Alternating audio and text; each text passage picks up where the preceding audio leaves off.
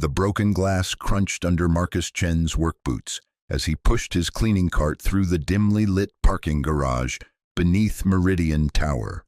It was nearly midnight, and the fluorescent lights flickered with the irregular rhythm of neglect, casting shifting shadows between the concrete pillars. He'd found the shattered beer bottle near the elevator, unusual for this upscale office building where security cameras watched every corner and cleaning crews maintained pristine conditions. But tonight felt different. Tonight, the familiar weight of his keys and cleaning supplies felt inadequate against the prickling sensation crawling up his spine. Something was wrong. The sound came first, voices echoing off the concrete walls, too low to make out words but sharp enough to cut through the garage's perpetual hum. Then footsteps, multiple sets, moving with purpose rather than the casual gait of late-working executives heading to their cars.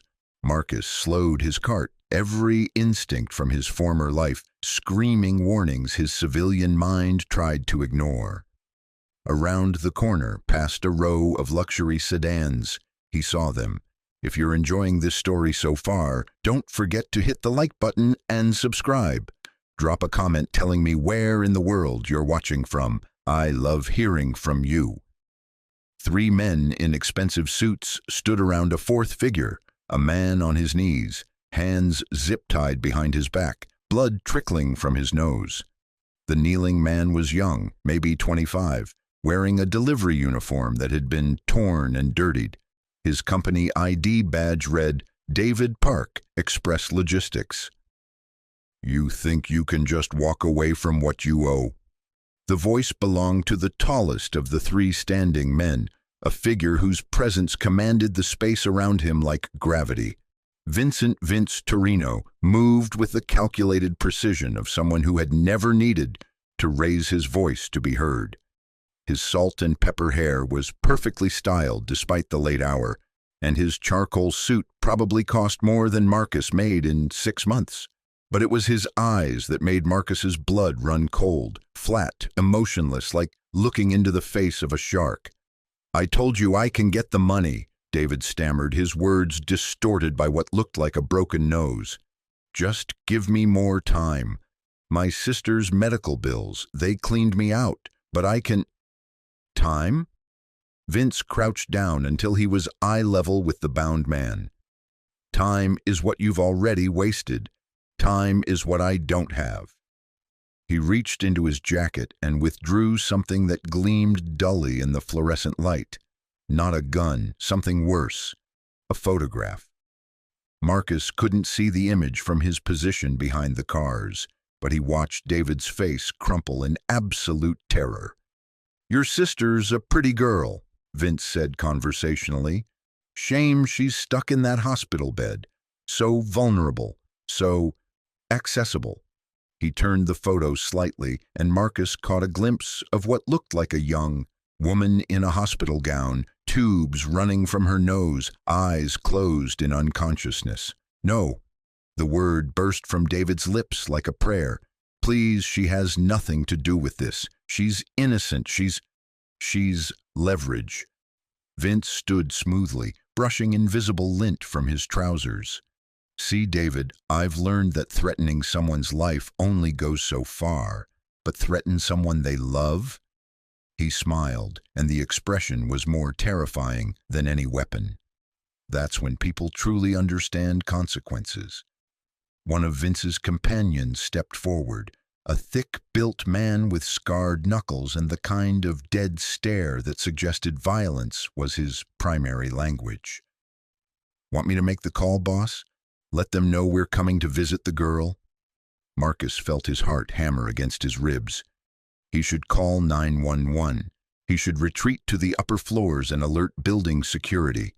He should do anything except what every fiber of his being was telling him to do.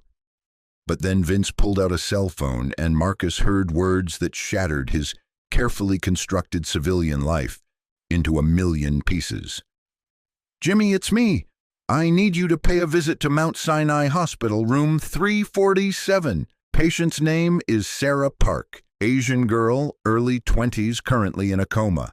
Vince's voice carried the casual tone of someone ordering coffee. I want her to have an accident. Nothing fatal yet. Maybe her IV gets contaminated. Maybe her breathing tube slips. Something that shows her brother I'm serious about collecting what's owed. You sick bastard! David struggled against his restraints, tears streaming down his face. She's dying already. The cancer's killing her, and you want to… The backhand came so fast Marcus barely saw it. David's head snapped back, fresh blood spattering the concrete. I want my $50,000, Vince said calmly, as if nothing had happened. By tomorrow night, or your sister's suffering ends permanently, and we move on to your parents. I hear they run a nice little grocery store in Chinatown. Very flammable, those old buildings. That was when Marcus Chen stopped being a janitor and remembered what he used to be. The years fell away like shed skin. The careful anonymity he'd built, the deliberate ordinariness that let him blend into the background of other people's lives, the civilian mask that protected his daughter from the darkness of his past. All of it dissolved in the space between one heartbeat and the next. He'd spent 4 years perfecting invisibility, 4 years since leaving the army, since hanging up the uniform that had defined him for 8 years, since walking away from a world where violence was a tool of justice rather than oppression.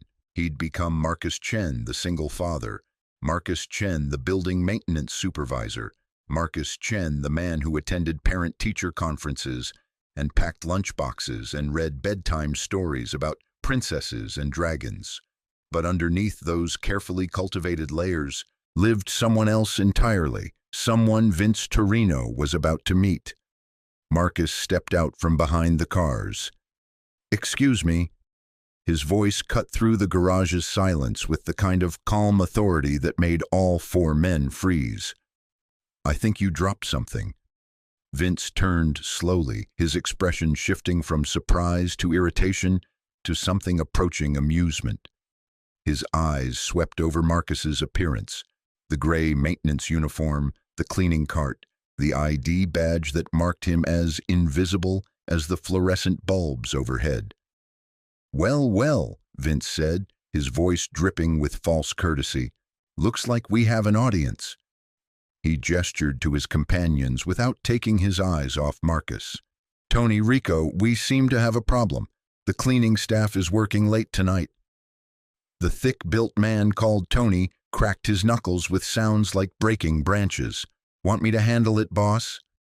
Let's see what our janitor friend wants first. Vince's smile was razor-thin. Maybe he's looking for a tip. You know how these people are, always got their hands out, looking for extra cash. Marcus walked closer, his movements unhurried, his hands visible and empty. To an observer, he might have looked like exactly what he appeared to be, a working man who'd stumbled into something beyond his understanding. But every step was calculated, every breath measured, every motion designed to close distance while appearing non-threatening. I said you dropped something, Marcus repeated, his voice carrying the same calm cadence. He was close enough now to see the cruel intelligence in Vince's eyes, close enough to count the weapons, the gun holstered under Tony's left arm, the knife Rico carried in his boot, the brass knuckles in Vince's pocket that created a telltale bulge in his expensive jacket. And what exactly did I drop? Vince asked, playing along with what he clearly assumed was some desperate attempt at distraction. Marcus stopped 6 feet away, close enough to act, far enough to avoid immediate retaliation. When he spoke, his words were quiet, conversational, and absolutely terrifying in their certainty. Your advantage. The garage went silent except for the electrical hum of the fluorescent lights and David's ragged breathing. Vince's amusement faltered as something in Marcus's posture shifted, subtle but unmistakable, like watching a house cat remember it was descended from tigers. Tony, Vince said quietly, kill this fool. Tony reached for his gun. He never completed the motion. Marcus moved like liquid lightning, crossing the 6 feet in less time than it took Tony to clear his holster. His left hand trapped Tony's gun arm against his body, while his right drove an elbow strike into the man's solar plexus with enough force to lift him off his feet. Tony folded around the impact, the gun clattering across the concrete as his body shut down from the precise application of overwhelming force. Rico lunged forward, knife appearing in his hand with practiced speed, but Marcus was already spinning away from Tony's collapsing form. He caught Rico's wrist mid-thrust, used the man's own momentum to drive him face first into a concrete pillar, and relieved him of the knife in a single fluid motion that spoke of thousands of hours of training and real-world application. The entire sequence lasted less than 4 seconds. Vince stumbled backward, his hand moving toward his jacket, but froze when he found himself staring at his own man's knife, now held with professional competence by the janitor he'd dismissed as irrelevant.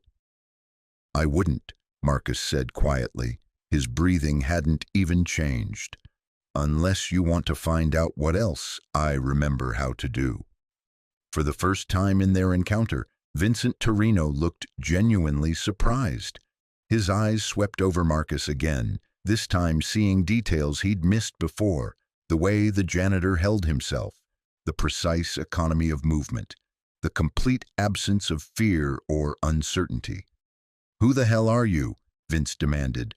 Marcus reached up with his free hand and opened the top 2 buttons of his maintenance uniform shirt. There, visible in the flickering fluorescent light, was a tattoo that made Vince's blood pressure spike and his survival instincts scream warnings. The design was simple but unmistakable. Crossed arrows behind a skull, with a scroll beneath bearing a single word in block letters, Ranger. Below that, partially visible, were the edges of other ink, jump wings, a special forces crest, the kind of military artwork that told stories Vince had only heard whispered about in very dangerous circles. "My name is Marcus Chen," he said, his voice carrying the weight of absolute authority. "Staff Sergeant, 1st Battalion, 75th Ranger Regiment, 3 tours in Afghanistan, 2 in Iraq, Special Operations qualified." He paused, letting the implications sink in. "And you just threatened to torture an innocent girl in front of the wrong janitor." Vince's face had gone pale beneath his expensive tan. He knew enough about military hierarchies to understand what he was looking at, not just a veteran, but one of the elite, one of the men trained to operate behind enemy lines, to eliminate threats with surgical precision, to accomplish missions that officially never happened. "Look, we can work something out," Vince said, his voice losing its earlier confidence. "Whatever they paid you in the army, I can double it, triple it. A man with your skills—" "My skills," Marcus interrupted, "are currently focused on keeping that young man from bleeding out, while deciding whether you qualify as an enemy combatant." He gestured toward David with the knife, never taking his eyes off Vince.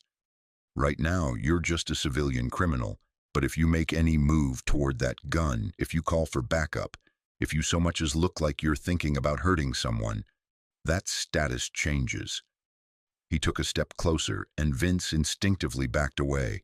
"I've spent the last 4 years learning to be a father, learning to be normal, learning to solve problems without violence. But you know what I learned tonight?" Marcus's smile was colder than winter. "Some problems only have one solution." Vince looked at his 2 unconscious companions, at the blood pooling beneath David's knees, at the man in the janitor's uniform who had just dismantled his entire operation in less time than it took to order a drink. For the first time in his adult life, Vincent Torino was afraid, and Marcus Chen was just getting started. The silence in the parking garage stretched like a taut wire, broken only by the harsh breathing of the 2 unconscious men and David's quiet whimpering. Marcus kept the knife steady in his hand, his attention split between Vince and the exits, calculating angles and response times with the automatic precision of someone who had survived situations far worse than this. "Here's what's going to happen," Marcus said, his voice carrying the quiet authority of a man accustomed to being obeyed. "You're going to call off whatever you have planned for Sarah Park. You're going to walk away from David and his family, and you're going to pretend this conversation never happened." Vince's jaw worked silently, his mind clearly racing through options and finding none of them acceptable. "You don't understand the situation you're inserting yourself into, soldier boy. This isn't Afghanistan. This is my territory, my business. That kid owes me 50 grand and I always collect." "Then collect it from someone who can actually pay it back," Marcus replied. "Terrorizing a dying girl in a hospital bed doesn't make you dangerous. It makes you pathetic." The insult hit its mark. Vince's face flushed with anger, his hands clenching into fists. "You have no idea who you're dealing with. I own half the cops in this precinct. I have connections that reach all the way to City Hall. I could have you and your family disappeared before—" "My family?" The two words came out in a tone so cold that Vince actually took another step backward. Marcus hadn't raised his voice, hadn't moved from his position, but something in his eyes shifted, something that transformed him from a concerned citizen into a predator evaluating prey. "Did you just threaten my family?" For a moment, Vincent Torino forgot how to breathe. He'd built his reputation on intimidation, on the calculated application of fear, on making people understand that crossing him meant consequences that extended far beyond themselves. But standing in that parking garage, staring into the eyes of a man who had been trained to eliminate threats in the darkest corners of the world, he realized he had made a fundamental miscalculation. Marcus Chen wasn't afraid of him. Marcus Chen was afraid for him. That wasn't—" Vince struggled to find words that might somehow diffuse the situation he'd accidentally escalated beyond his control. "My daughter," Marcus said, quietly, "is 8 years old. Her name is Lily. She goes to Roosevelt Elementary, and every morning I pack her lunch and kiss her forehead and promise her that Daddy will always come home. She's never seen violence. She's never known fear. She lives in a world where the worst thing that can happen is forgetting her homework or skinning her knee on the playground." He took another step toward Vince, and the man found himself backing against a concrete pillar with nowhere else to retreat. "That world exists because men like me went to dark places and did dark things, so little girls like her could sleep safely in beds with princess sheets and dream about ponies and birthday parties. And if you or anyone in your organization so much as looks in her direction, if you drive past her school, if you breathe her name in a way I don't like—" Marcus paused, letting the weight of unfinished threats settle in the air between them. "Well, let's just say I know how to make people disappear too. The difference is when I do it, there's never anything left to find." Vince pressed himself against the pillar, his expensive suit suddenly feeling like tissue paper against the cold concrete. Everything about his situation had changed in the span of a few minutes. What had started as a routine collection call had somehow transformed into a confrontation with a man who spoke about violence with the casual expertise of someone who had made a career of it. "Look," Vince said, his voice cracking slightly, "maybe we both got off on the wrong foot here. Maybe there's a way to work this out that benefits everyone."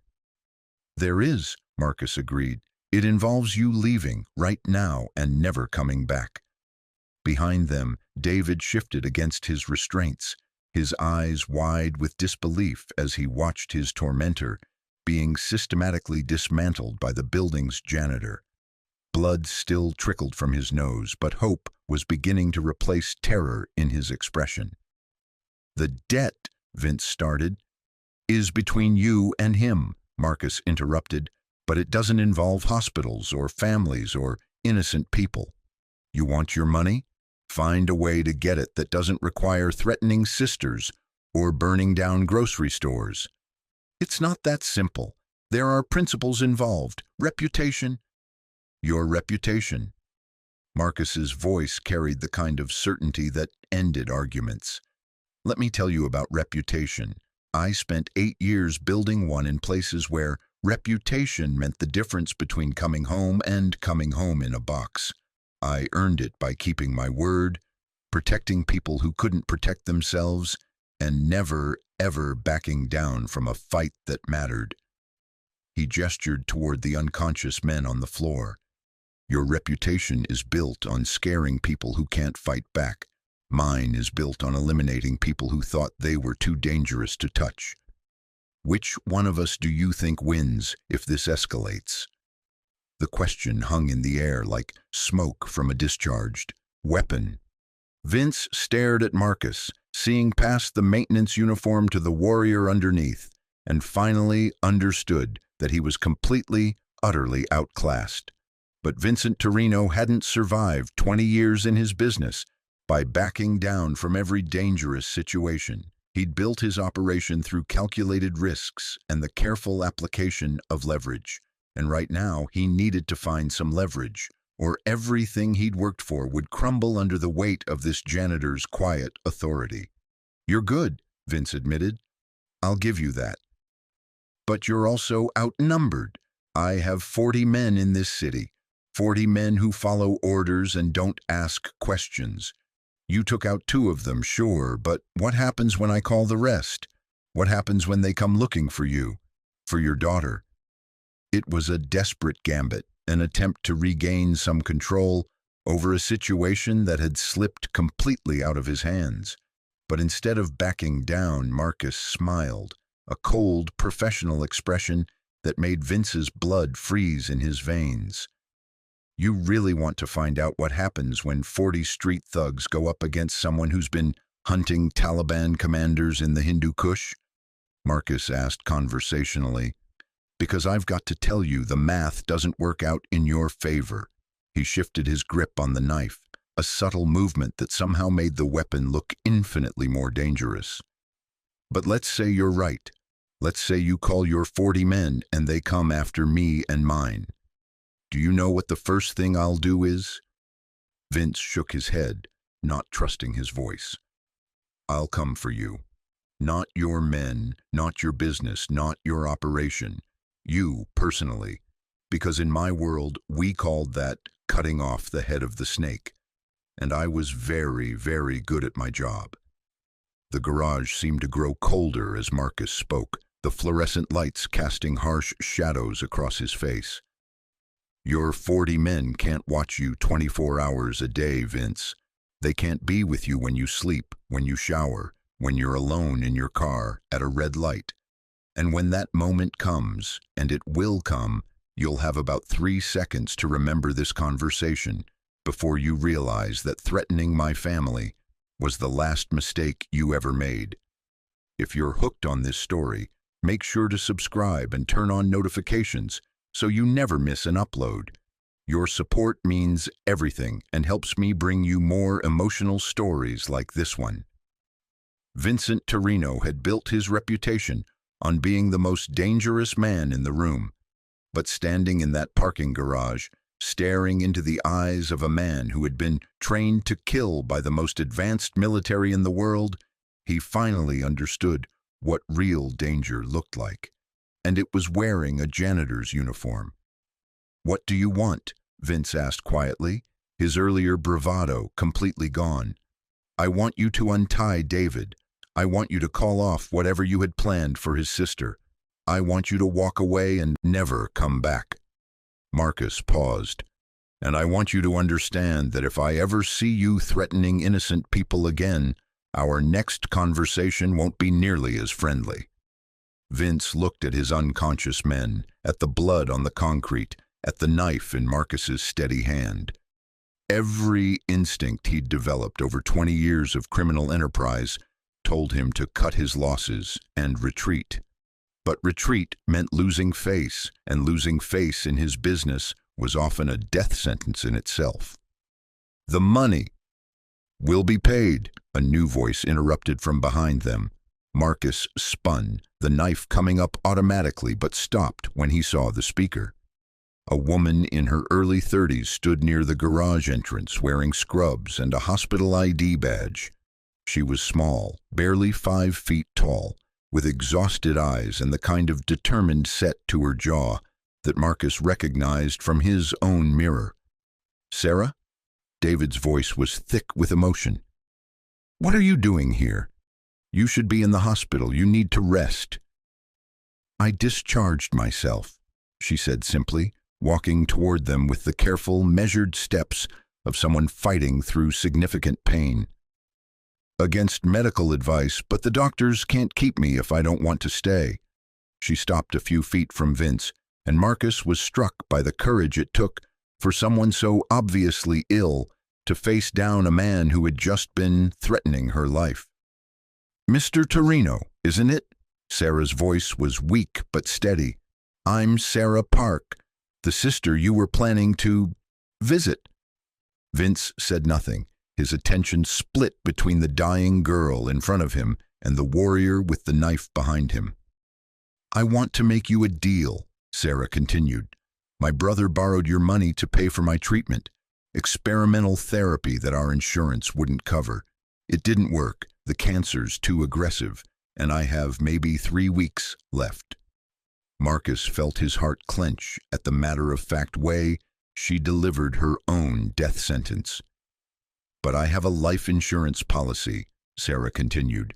$200,000, more than enough to cover what my brother owes you, plus interest. The only catch is it doesn't pay out if I commit suicide or if my death is suspicious.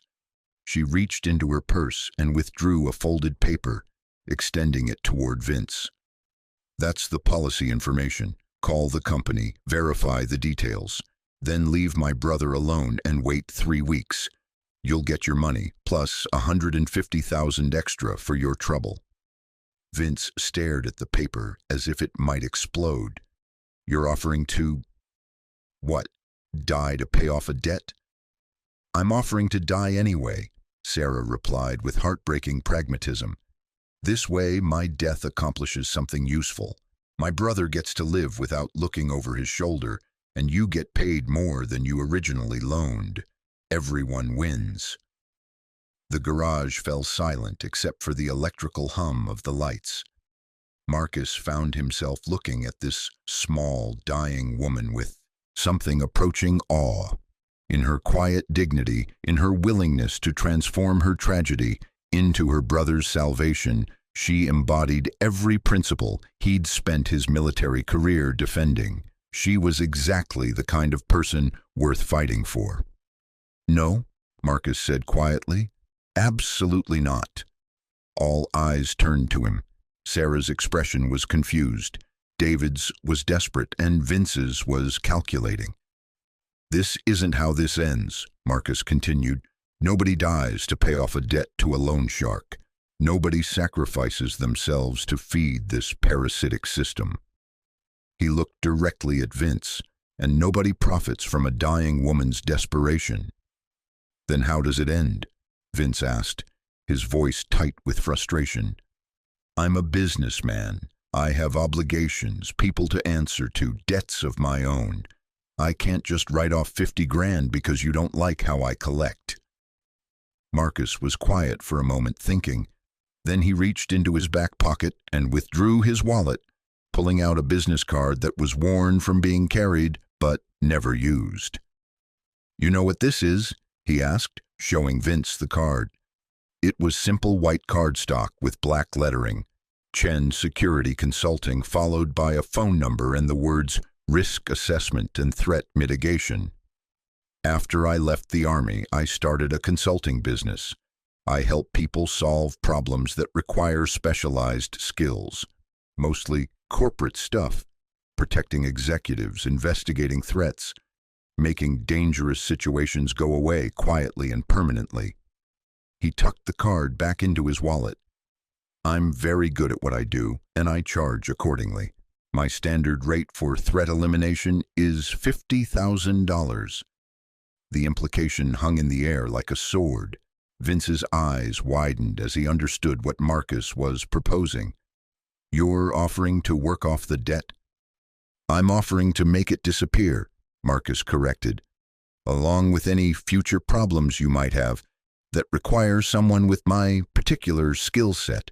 Consider it a trade, David's debt in exchange for services rendered when you need them. It was brilliant, Marcus realized as he spoke. It gave Vince a way to save face while protecting David and Sarah. It eliminated the debt without requiring payment or violence, and it established Marcus as someone Vince would want on his side rather than against him. What kind of services? Vince asked, his business instincts clearly engaged. The kind that only someone with my background can provide, Marcus replied. Surveillance, investigation, protection, problem elimination. I solve issues that the police can't or won't handle. He gestured toward the unconscious men on the floor. Think of tonight as a free demonstration. Vince considered this, his mind clearly working through the implications. Marcus watched him calculate the value of having a trained killer available on retainer versus the cost of continuing to pursue a debt that had already become more trouble than it was worth. And if I agree to this arrangement, Vince said carefully, David and his sister are left alone. Completely. Completely, Marcus confirmed. As far as your organization is concerned, David Park doesn't exist. His debt is settled, his family is off limits, and anyone who says otherwise answers to me. For a long moment, the only sound was the garage's perpetual electrical hum. Then Vince nodded slowly. Deal. The word seemed to deflate the tension in the air like releasing pressure from a balloon. David sagged against his restraints, tears streaming down his face. Sarah closed her eyes and swayed slightly, the adrenaline that had carried her this far finally ebbing. Marcus moved to David first, cutting the zip ties with efficient motions and helping the younger man to his feet. David immediately went to his sister, wrapping her in a careful embrace that spoke of years of protective love. Thank you, David whispered to Marcus. I don't know who you are or why you helped us, but thank you. I'm just a janitor who was in the right place at the right time, Marcus replied. But even as he said it, he knew it wasn't entirely true anymore. For 4 years, he'd been Marcus Chen, the civilian, the single father, the invisible maintenance worker. But tonight, faced with genuine evil threatening innocent people, he'd remembered who he used to be. And more importantly, he'd discovered who he could become. Someone who used his skills not for war, but for justice. Vince was gathering his unconscious men, dragging them toward the elevator with the efficient movements of someone who had cleaned up messes before. Before he left, he turned back to Marcus. I'll be in touch about that arrangement we discussed, he said. I have a feeling I'm going to need your services sooner than later. I'll be here, Marcus replied. Same time every night, making sure the building stays clean. After Vince disappeared into the elevator, Marcus found himself alone with David and Sarah. The siblings were sitting on the floor against one of the concrete pillars, Sarah's head resting on her brother's shoulder, both of them looking like they'd survived a natural disaster. Are you really just a janitor? Sarah asked, her voice barely above a whisper. Marcus considered the question. A few hours ago, he would have said yes without hesitation.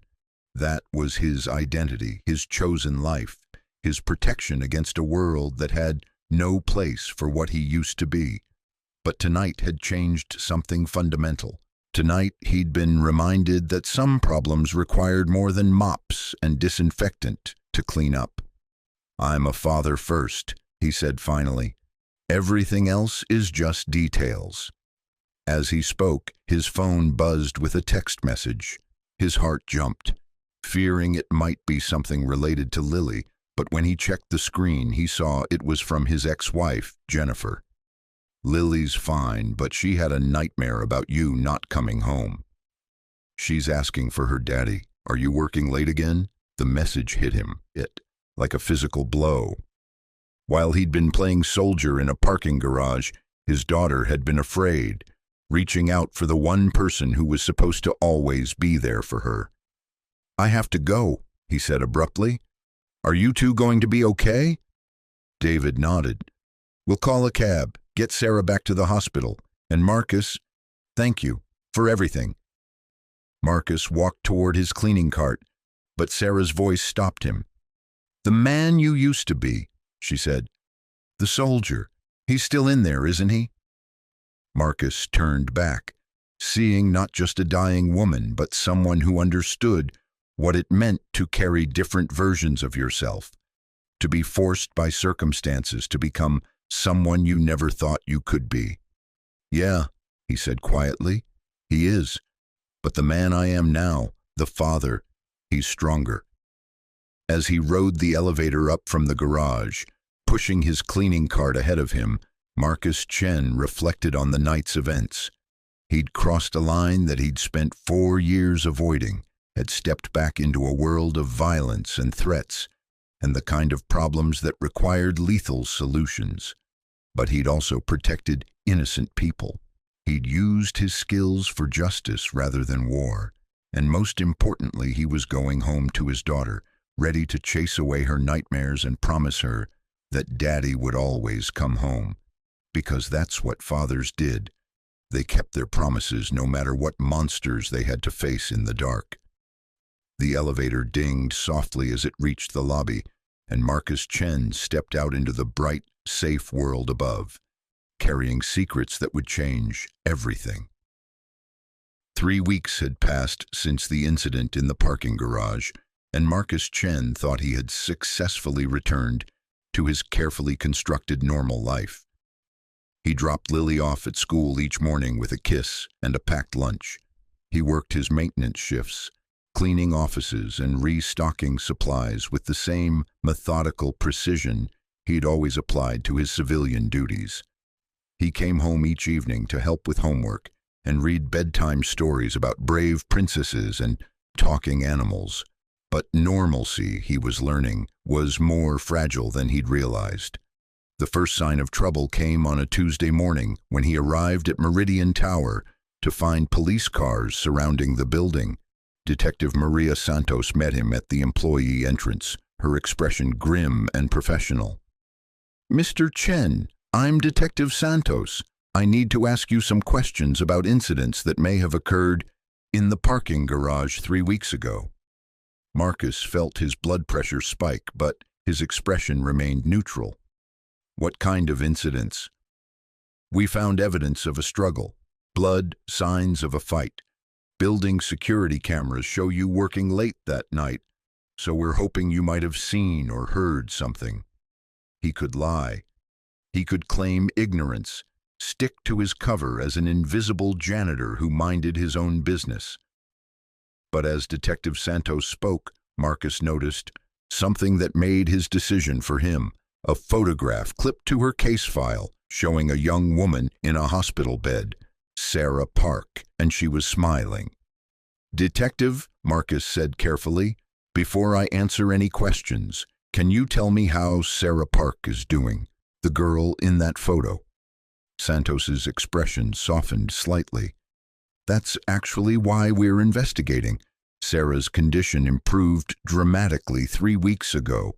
The cancer went into sudden remission. Her doctors are calling it miraculous. But around the same time, several known associates of Vincent Torino turned up in emergency rooms with injuries consistent with professional combat training.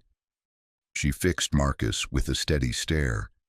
Sarah's brother David mentioned that a janitor helped them that night, said this janitor might have prevented something terrible from happening to his sister.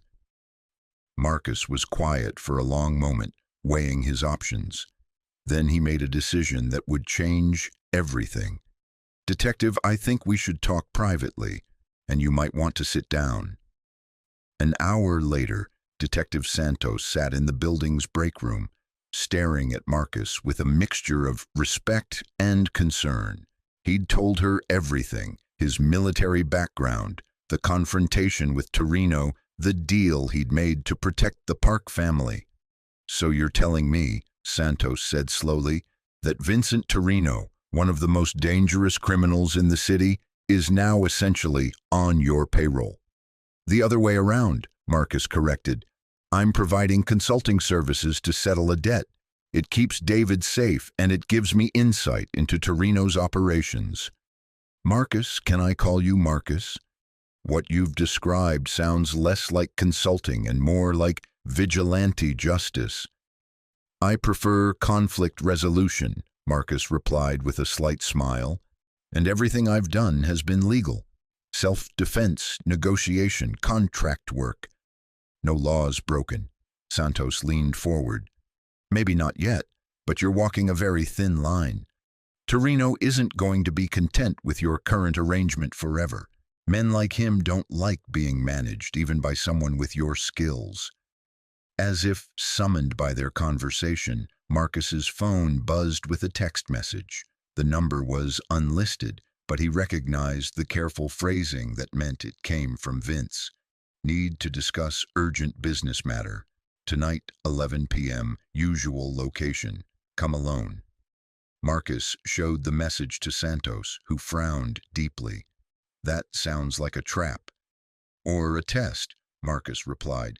"Either way, I have to go. If I don't show, Torino might decide our agreement is void." "Then don't go alone. Let me set up surveillance, backup." "No." Marcus's voice was firm. "The moment Torino thinks I'm working with police, this whole arrangement falls apart. David and Sarah become targets again, and I become a liability that needs to be eliminated." Santos was quiet for a moment, then pulled out a business card. "My direct number. If things go sideways tonight, call me immediately. And Marcus, be careful. You've got a little girl who needs her father to come home." That evening, after reading Lily 3 stories and kissing her goodnight twice, Marcus stood in his bedroom looking at himself in the mirror. The man staring back wore the same maintenance uniform he'd worn for 4 years, but something fundamental had changed. The careful invisibility was gone, replaced by the quiet alertness of someone who had remembered what he was capable of. Behind him, propped against his nightstand, was a framed photo of Lily at last year's school carnival, cotton candy smeared across her grinning face. Next to it, almost hidden behind the frame, was something he hadn't looked at in years: his Army Commendation Medal, the one they'd given him for actions he wasn't allowed to discuss with anyone who didn't have the appropriate security clearance. 2 versions of himself, represented by 2 objects: the father and the warrior. For 4 years he'd convinced himself they couldn't coexist. Tonight he was about to find out if he'd been wrong. The parking garage was empty when Marcus arrived at 11, his footsteps echoing off concrete walls that held too many recent memories. But Vince wasn't alone this time. He'd brought 5 men, all armed, all positioned strategically around the space. It was exactly the kind of setup that Marcus had been expecting. "Marcus!" Vince called out, his voice carrying false warmth. "Thanks for coming. I hope you don't mind the extra security. Recent events have made me a bit paranoid." Marcus walked forward calmly, noting positions and angles, counting weapons, and calculating response times. "What's so urgent that it couldn't wait until morning?" "We have a problem," Vince said. "A mutual problem that requires your particular expertise." He gestured to one of his men, who stepped forward carrying a tablet. The screen showed surveillance footage from outside Roosevelt Elementary School, Lily's school. Marcus felt ice form in his chest as he watched his daughter walk out of the building, backpack bouncing, completely unaware that someone was filming her. "Beautiful little girl," Vince said conversationally. "Looks just like her mother from what I understand. Jennifer, wasn't it? Works at the medical center downtown." Every muscle in Marcus's body tensed, but he forced himself to remain still. "You're making a mistake, Vince." "Am I? See, here's the thing. Our little arrangement has attracted some unwanted attention. Other people in my business are starting to ask questions about why Vincent Torino is taking orders from a janitor. It's bad for my reputation, and bad reputation is bad for business." Vince began to pace, staying carefully out of arm's reach. "So I need to make a statement, something that shows everyone I'm still the man in charge. And I think the best way to do that is to eliminate the person who's been causing me all this trouble." "You kill me, our deal is off," Marcus said, quietly. "David and Sarah will be handled appropriately," Vince finished, "along with anyone else who might have gotten too close to our arrangement. Clean slate, fresh start." The 5 gunmen shifted position slightly, creating overlapping fields of fire that would make any aggressive action suicidal. Marcus found himself in the exact situation he'd been trying to avoid for 4 years, outnumbered, outgunned, with innocent people depending on his survival. "There is another option," Vince continued. "You disappear. Tonight. Leave the city, leave the state, leave your old life behind completely. Your consulting business gets dissolved, your apartment gets emptied, and Marcus Chen ceases to exist." "And my daughter?" "Stays here, with her mother, where she belongs." Vince's smile was cold. "She'll grow up thinking her father abandoned her, but she'll grow up. That's more than I can say for the alternative." The garage fell silent except for the electrical hum of fluorescent lights and the distant sound of traffic. Marcus stared at Vince, understanding that this moment had been inevitable from the first time he'd chosen to act instead of staying invisible. "You want me to abandon my daughter," Marcus said slowly, "to protect her from you." "I want you to choose," Vince replied, "her safety or your presence. You can't have both, not anymore, not after what you've done." Marcus thought about Lily, sleeping peacefully in her bed, trusting that Daddy would always be there to chase away the monsters. He thought about the promise he'd made to Jennifer when their marriage fell apart, that no matter what happened between them, Lily would always have her father. He thought about the man he'd become over the past 4 years, built from sacrifice and quiet dedication and the conscious choice to be present for the most important person in his life. And then he thought about the man he used to be, before fatherhood taught him there were things more important than staying alive. "I choose," Marcus said quietly. "Option 3. The attack came so fast that Vince's men barely had time to register movement before Marcus was among them. 4 years of civilian life hadn't dulled his reflexes or diminished his training. If anything, having something real to fight for had made him deadlier. The first gunman went down when Marcus grabbed his weapon and used the man's own momentum to drive him into a concrete pillar. The second managed to clear his holster before Marcus's elbow found his throat, crushing his larynx and sending him to the floor, gasping for air that wouldn't come. The third and fourth men fired simultaneously, but Marcus was already moving, using their fallen companion's body as a shield while he closed the distance. 2 more precise strikes, 2 more unconscious criminals, and suddenly the odds had shifted dramatically. Vince drew his own weapon, but his hands were shaking with fear and adrenaline. "You're insane. You can't kill all of us." "I don't have to kill all of you," Marcus replied, advancing steadily. "I just have to kill you." The remaining gunmen fired wildly, bullets sparking off concrete and shattering light fixtures. Marcus moved through the chaos with surgical precision, reaching his target in 3 heartbeats and disarming him with the kind of violence that spoke of thousands of hours of training and real-world application. When the echoes of gunfire faded, Vincent Torino found himself alone in the garage with a man who had just dismantled 5 armed criminals with the casual efficiency of someone taking out the trash. "Please," Vince whispered, his weapon forgotten on the concrete floor. "I have family too. I have children." Marcus stopped a few feet away, close enough that Vince could see his own death reflected in the other man's eyes.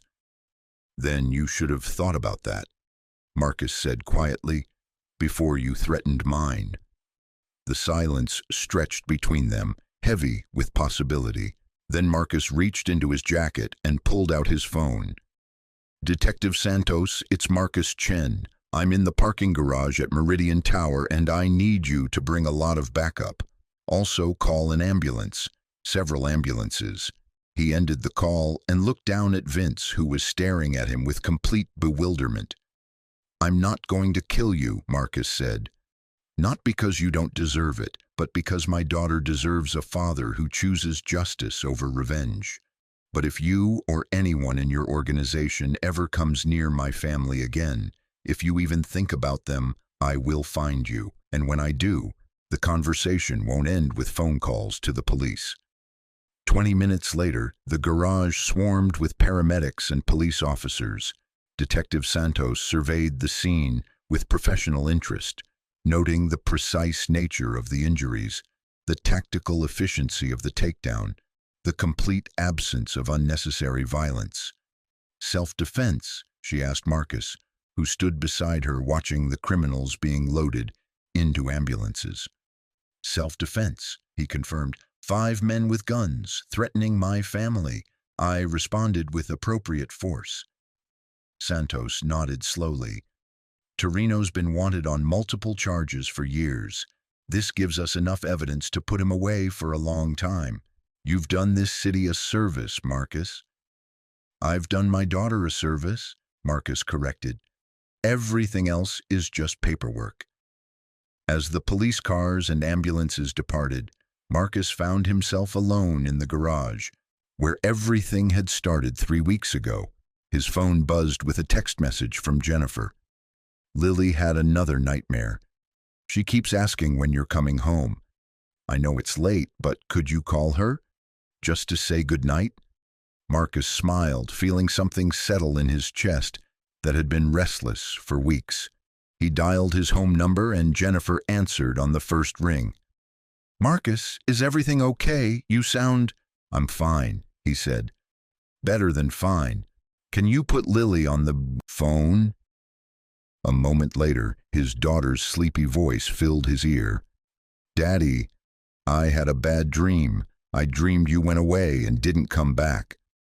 "I'm never going away, sweetheart," Marcus said, and meant it completely. "Daddy will always come home to you, that's a promise." "Do you promise promises?" It was their private joke, something they'd developed when Lily was learning the difference between regular promises and the unbreakable kind. "I promise promises," Marcus replied.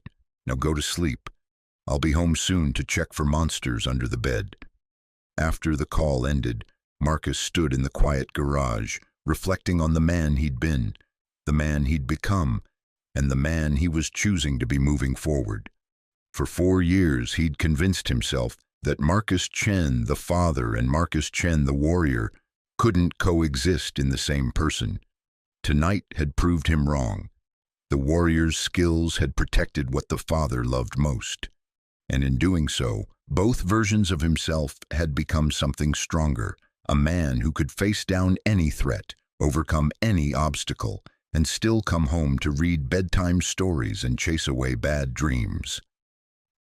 6 months later, Marcus stood outside Roosevelt Elementary School, watching Lily run toward him across the playground. She threw herself into his arms with the uninhibited joy of a child who had never doubted that her father would be there when she needed him. "How was school, sweetheart?" "Good. Mrs. Patterson said we're going to study heroes next week. Real heroes, not just made-up ones." Marcus smiled, thinking about real heroes, people like Sarah Park, who had faced death with dignity, like David Park, who had tried to protect his sister at the cost of his own safety, like Detective Santos, who worked every day to keep the city safe for families like his. "What do you think makes someone a hero?" he asked as they walked toward his car. Lily considered this with the seriousness she brought to all important questions. "I think heroes are people who keep their promises," she said finally, "especially when it's hard." Marcus stopped walking and knelt down to his daughter's level, looking into eyes that held all the trust and love in his world. "You're absolutely right," he said. "Heroes are people who keep their promises." That evening, as Marcus tucked Lily into bed and read her a story about brave knights and rescued princesses, he reflected on the strange turns his life had taken. He was still a janitor at Meridian Tower, still invisible to most of the people who passed him in the hallways. But invisibility no longer felt like hiding, it felt like choice. David Park had taken a job as a security guard at the hospital, where Sarah continued her miraculous recovery. Detective Santos occasionally called when the police needed someone with Marcus's particular expertise for consultation work.